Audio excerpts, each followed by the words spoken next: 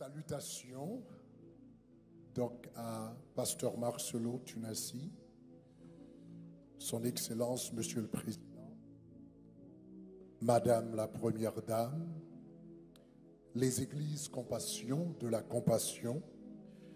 Je vous apporte les salutations de la famille Shekinah, Tabernacle de Gloire, du corps de Christ en Haïti et de toute la nation haïtienne d'une façon générale. Il y a des tragédies qui arrivent dans la vie qui nous font penser que nous devrions avoir une réponse ou une explication de la part de Dieu. Et parfois, nous pouvons même penser que nous avons la réponse. Ce sentiment de droit et même de présomption de savoir peut nous conduire ou encore peuvent nous conduire à une sorte d'auto-illusion. Il est vrai que nous apprécierions à avoir une réponse de la volonté de Dieu. Ce serait très apprécié d'avoir une réponse de la part de Dieu en cas de crise ou en temps de crise. Mais les réponses, ce n'est pas vraiment ce qu'il nous faut dans les moments de crise. Il nous faut quelque chose d'autre. Et ce dont nous avons besoin, nous le trouvons dans l'histoire de Job. Donc ce matin, rapidement, en guise de prédication, je voudrais vous lire quelques passages du livre de Job, quelques textes du livre de Job qui pourront vous encourager en ce moment difficile. Donc tout d'abord, je vous mets dans le contexte. Job, c'était un homme qui vivait dans un pays en Orient.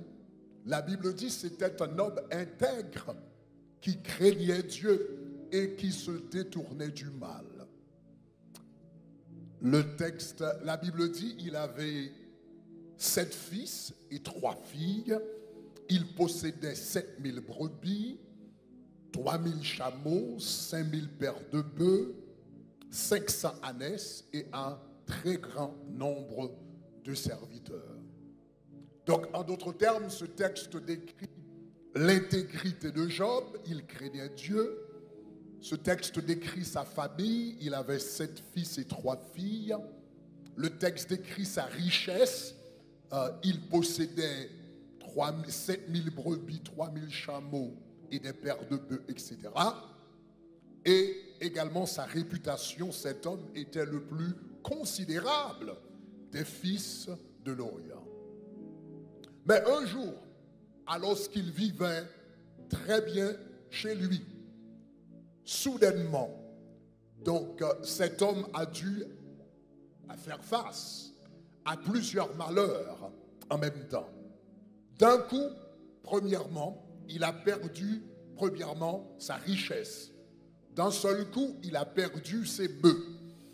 Pendant qu'il était à la maison, un serviteur est venu lui dire, les bœufs labouraient et les ânesses paissaient à côté d'eux, et les Sabéens se sont jetés dessus, et ils ont enlevé les bœufs, et ils ont passé les serviteurs au fil de l'épée, et je me suis échappé moi seul pour t'en apporter la nouvelle. Pendant que cet homme parlait, un autre est venu lui dire, le feu de Dieu est tombé du ciel et a embrasé tes brebis et tes serviteurs et les a consumés, et je me suis échappé moi seul pour t'en apporter la nouvelle. Pendant que cet homme parlait, un troisième est venu pour lui dire, des Chaldéens formés en bande de 3 se sont jetés sur les chameaux, ils sont enlevés et ils ont passé les serviteurs au fil de l'épée, et je me suis échappé moi seul, pourtant, n'apporter la nouvelle. Donc Job s'est dit en lui-même, j'ai perdu toute ma richesse en un seul jour, mais au moins j'ai ma famille. Il n'avait pas encore fini de parler quand un homme est venu pour lui dire, voici un grand vent est venu de l'autre côté du désert et a frappé les 4 coins de la maison et elle s'est écroulée sur les jeunes gens. Ils sont tous morts. Et je me suis échappé pour t'en apporter la nouvelle. En un seul jour, cet homme a perdu sa richesse, ses serviteurs, sa maison et sa famille. La première réaction de Job, la première réaction de Job, c'était de dire que l'Éternel a ôté et l'Éternel a donné, que le nom de l'Éternel soit béni. Mais ça, c'était la première réaction. Job en a eu d'autres après celle-ci qui n'étaient pas aussi positives. Job a eu une deuxième réaction dans Job chapitre 3, quand la frustration a commencé à s'installer dans sa vie. Les amis n'étaient plus là, les parents n'étaient plus là, et il était tout seul chez lui. Et la frustration a commencé à s'installer en lui. Il a dit dans Job chapitre 3, verset 3, « Périsse le jour où je suis né. Et la nuit qui dit, un enfant mâle est conçu. » Job était tellement frustré qu'il est même arrivé à dire, « Pourquoi ne suis-je pas mort dans le ventre de ma mère? Et pourquoi n'ai-je pas expiré aux sorties des entrailles? » Donc, Job, à un moment, était peut-être même devenu un peu suicidaire. C'était sa deuxième réaction. Et la troisième réaction de Job, que nous trouvons dans Job chapitre 31, c'est qu'il a traduit Dieu en tribunal.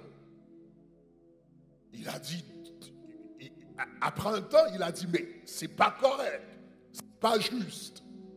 Donc, Job chapitre 31, verset 1er, Job dit, j'avais fait un pacte avec mes yeux que je n'aurais pas arrêté mes regards sur une vierge.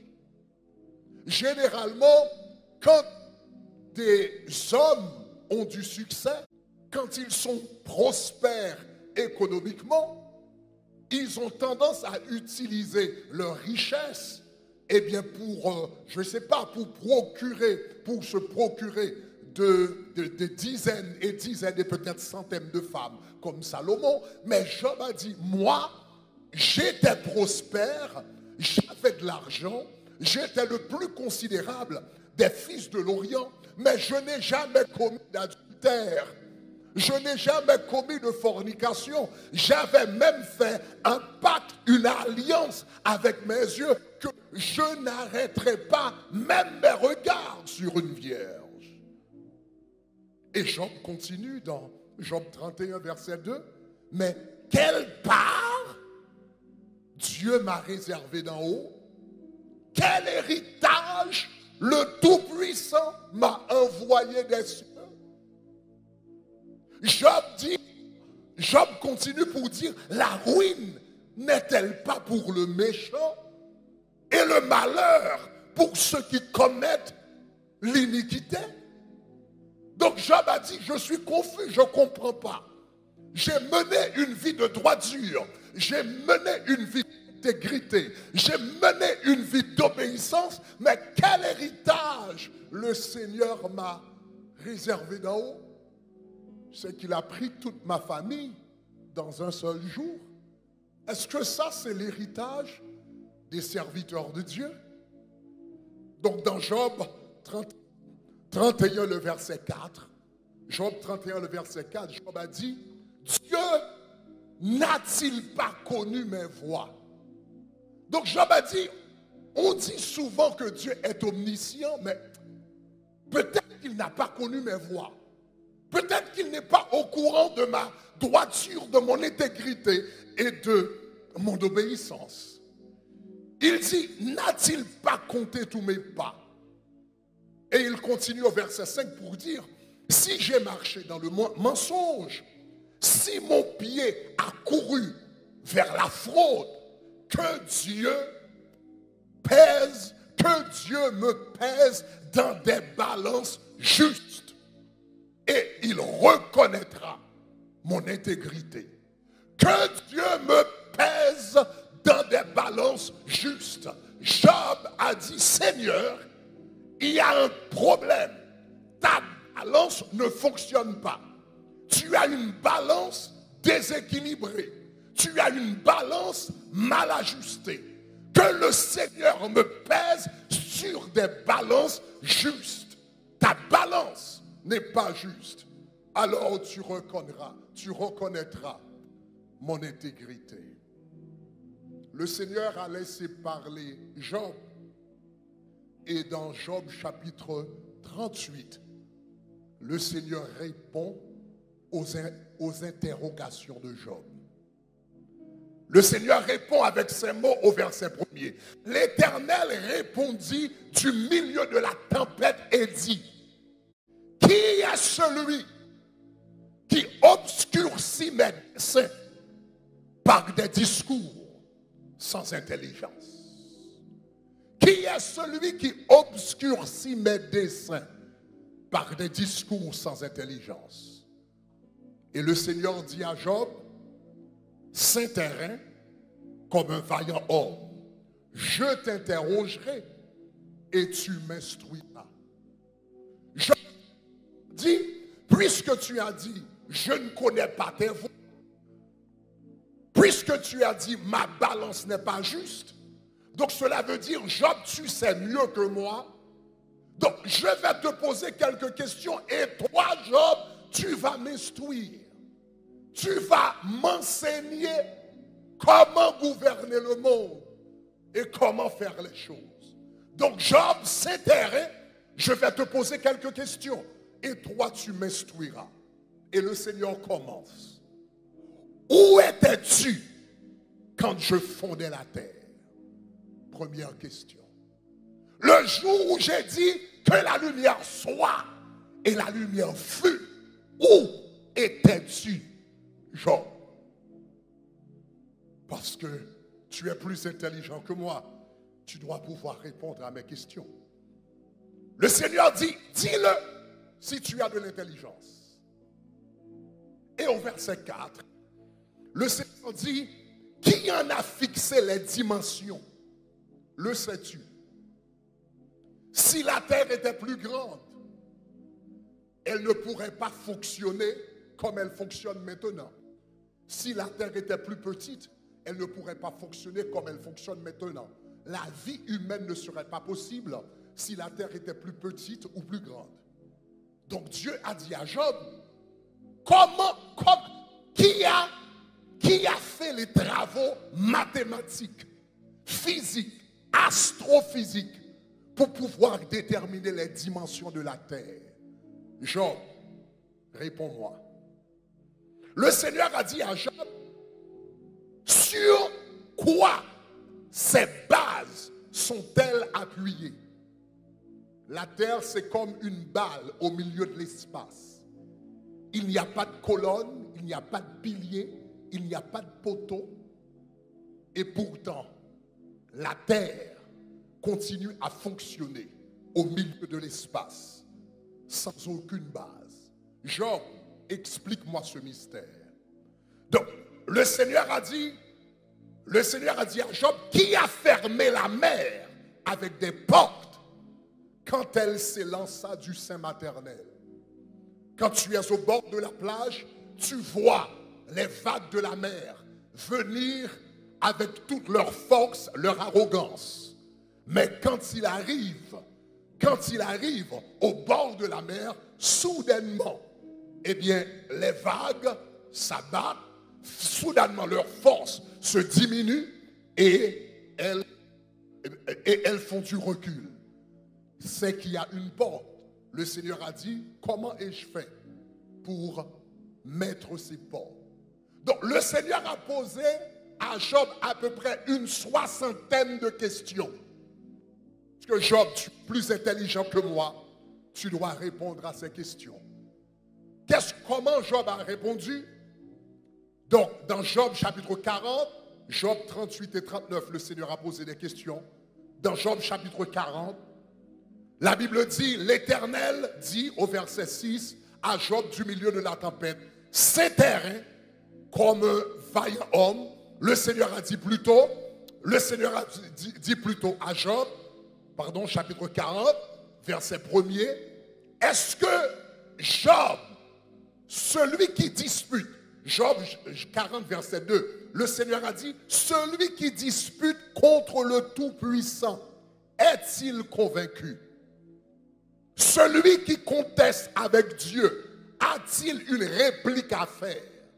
Et Job répondit au verset 3, voici, je suis trop peu de choses, que répliquerai-je? Job dit, je mets la main sur la bouche, j'ai parlé une fois, je ne répondrai plus. 2 fois et je n'ajoute rien. Et le Seigneur continue au chapitre 40 et 41 à poser d'autres questions à Job. Et Job encore a réagi. Job a finalement dit, je reconnais que tu peux tout et que rien ne s'oppose à tes pensées. Oui, j'ai parlé sans les comprendre de merveilles qui me dépassent et que je ne conçois pas.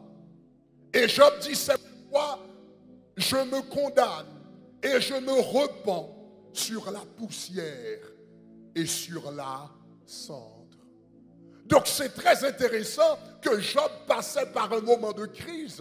À un moment, il a dit à Dieu que Seigneur, tu es injuste, tu n'as pas connu mon intégrité. Mais le Seigneur lui a posé des questions pour lui faire comprendre qu'il n'est pas aussi intelligent qu'il le pensait. Le Seigneur lui a posé des questions pour lui faire comprendre que je suis souverain. Et le Seigneur est même arrivé. Le Seigneur a même dit à Job, de qui suis-je le débiteur? Je le paierai. En d'autres termes, Dieu voulait dire à Job, je suis souverain. Je fais tout ce que je veux, où je veux, aussi longtemps que je veux, avec qui que je veux, et je n'ai à rendre compte à personne, parce que je suis Dieu. Donc Job s'est dit, tu es le Tout-Puissant, et tu fais ce que tu veux. Donc Job a reconnu la souveraineté de Dieu. Job voulait des réponses, mais le Seigneur ne lui a pas donné des réponses. Il a posé des questions, mais le Seigneur a refusé de répondre aux questions. Mais si le Seigneur ne lui a pas donné de réponse, qu'est-ce que le Seigneur lui a donné? Puisqu'il n'a pas répondu à ces questions, qu'est-ce qu'il lui a donné? Job nous dit, mon oreille avait entendu parler de toi, mais maintenant, mon œil t'a vu. Dans mon intégrité, mon oreille avait entendu parler de toi. Dans ma droiture, mon oreille avait entendu parler de toi. Dans ma vie d'obéissance, mon oreille avait entendu parler de toi. Mais dans cette crise, dans cette épreuve, dans cette difficulté, mes yeux t'ont vu. En d'autres termes, Dieu s'est approché de lui au milieu de la crise. Dans les moments difficiles, souvent nous demandons à Dieu de nous donner des réponses. Le Seigneur ne nous donne pas de réponse, mais il nous donne sa présence. Donc, aujourd'hui, Mon ami pasteur Marcelon, ce que le Seigneur te donne, c'est sa présence. La famille Tsunasi, ce qu'il vous donne, c'est sa présence. La famille Kandolo, ce qu'il vous donne, c'est sa présence. Les églises Compassion, ce qu'il vous donne, c'est sa présence. Le corps du Christ à RDC, ce qu'il vous donne, c'est sa présence. Et si vous avez la présence, vous avez tout ce qu'il vous faut. Que le Seigneur vous bénisse. Vous bénisse, soyez.